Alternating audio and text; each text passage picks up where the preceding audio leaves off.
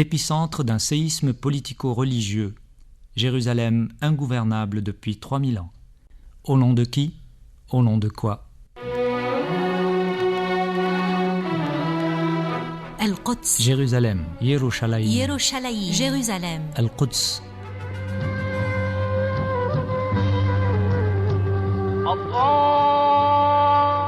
Jérusalem, ou l'histoire d'une rencontre entre le céleste et le terrestre.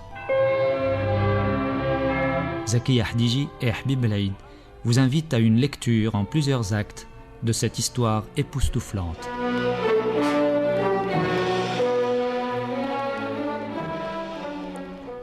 Jérusalem, une ville gréco-romaine.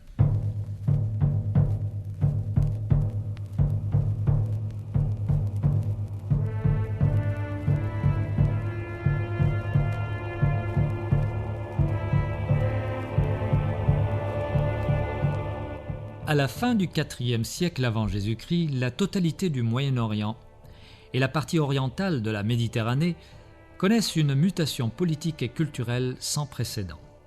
La terre nationale des Juifs se trouve au centre de cet ensemble remodelé où la langue grecque s'impose comme universelle. Ses frontières s'ouvrent à des courants et influences entraînant les hommes et les idées. Dans un premier temps, les élites riches et cultivées cèdent aux tentations de la nouveauté. Les excès sont tels qu'on est contraint de ressaisir les rênes d'une nation qui semble perdue. Des représentants du peuple mettent fin à la guerre civile en Judée et libèrent le pays.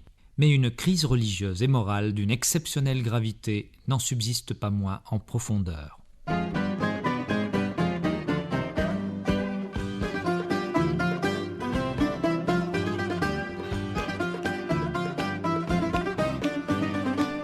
Alexandre le Grand ne fait que passer lors de son assaut contre l'Empire perse. Est-il vraiment venu à Jérusalem en l'an 332 avant Jésus-Christ? Nul ne peut l'affirmer.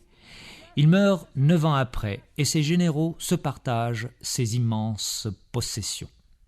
Jérusalem tombe sous la coupe des Lagides, descendants de Ptolémée, puis sous celle, beaucoup moins libérale et tolérante, des Séleucides, gouverneurs de Syrie. L'hellénisation est difficile. Tout oppose les deux sociétés, l'une basée sur la vie communautaire à l'orientale et l'autre sur l'exaltation de l'individu. La société juive est elle-même divisée entre deux groupes rivaux, les Sadducéens, qui détiennent le pouvoir et sont séduits par la culture grecque, et les pharisiens, qui refusent toute collaboration avec les païens.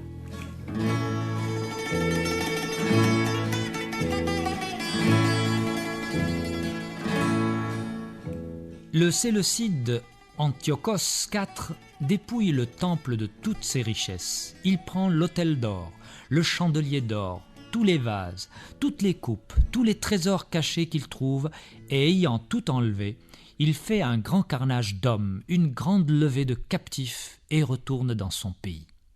Il interdit les pratiques juives, à savoir circoncision, chapat, sacrifice, impose les coutumes païennes de la Grèce et consacre même le temple au culte de Zeus. Pour Jérusalem, véritable poudrière, c'est le détonateur qui provoque l'explosion de 167 avant Jésus-Christ.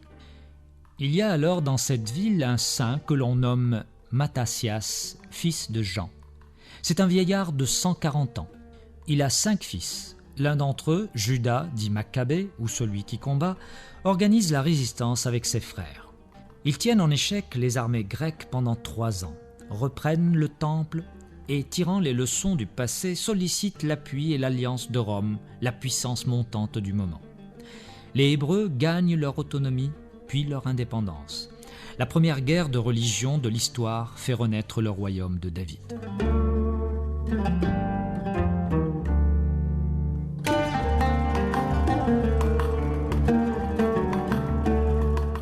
Le grand prêtre Simon Maccabée, frère de Judas, est élu à la tête de ce qui devient une théocratie.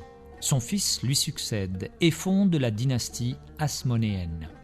Il se construit un palais dans la ville haute, se comporte en conquérant, portant loin les limites du royaume, et en despote, imposant par la force le judaïsme et ses pratiques.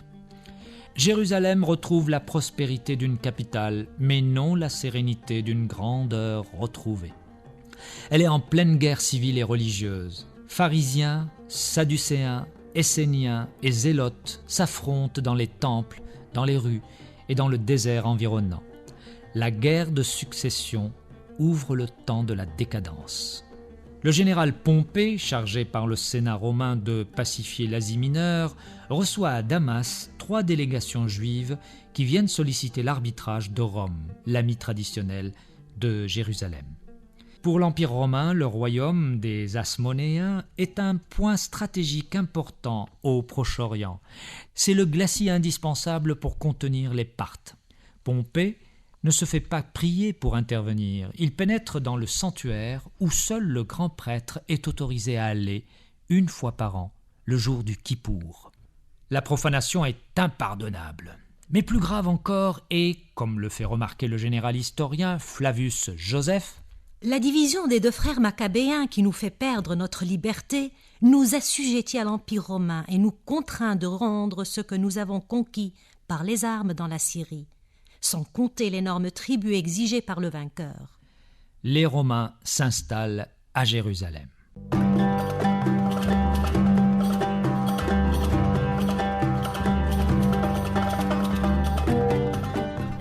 Le destin de Jérusalem n'est pas encore scellé. La ville connaît alors quelques années de splendeur, dont Hérode le Grand est le promoteur mégalo. Ce fils d'une princesse arabe va chercher à Rome sa couronne de roi des Juifs.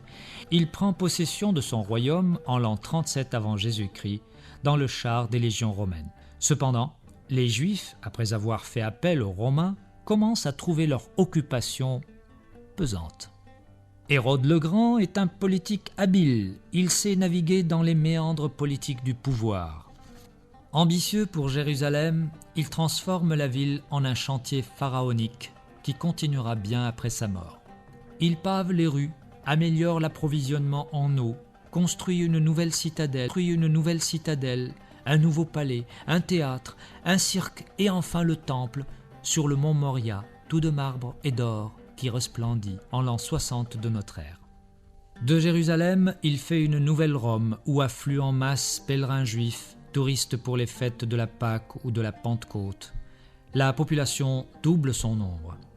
Si les Romains se montrent tolérants envers les Juifs, ils se méfient néanmoins de cette marmite populaire bouillonnante, plus motivée par les dialectiques religieuses que par les jeux du cirque. La garnison est renforcée pour les fêtes et les contrôles deviennent plus sévères.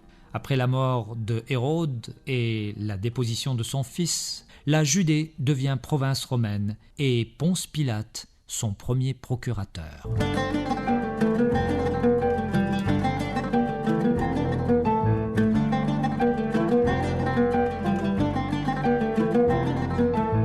L'administration occupante se met à l'abri des mouvements populaires dans la ville de Césarée. À Jérusalem, le Sanhédrin, survivance du Conseil des Anciens, composé des grands prêtres, des chefs des grandes familles, des scribes et des docteurs de la loi, fait office de conseil municipal. Ses pouvoirs religieux, civils et judiciaires sont étendus. Mais la peine de mort n'est pas dans ses attributions.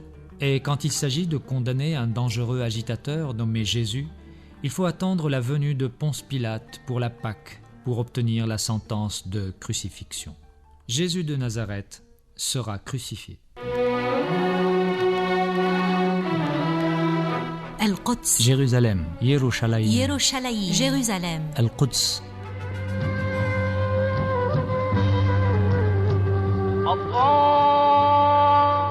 Jérusalem, ou l'histoire d'une rencontre entre le céleste et le terrestre. Avec Zaki Ahdiji et Habib Laïd.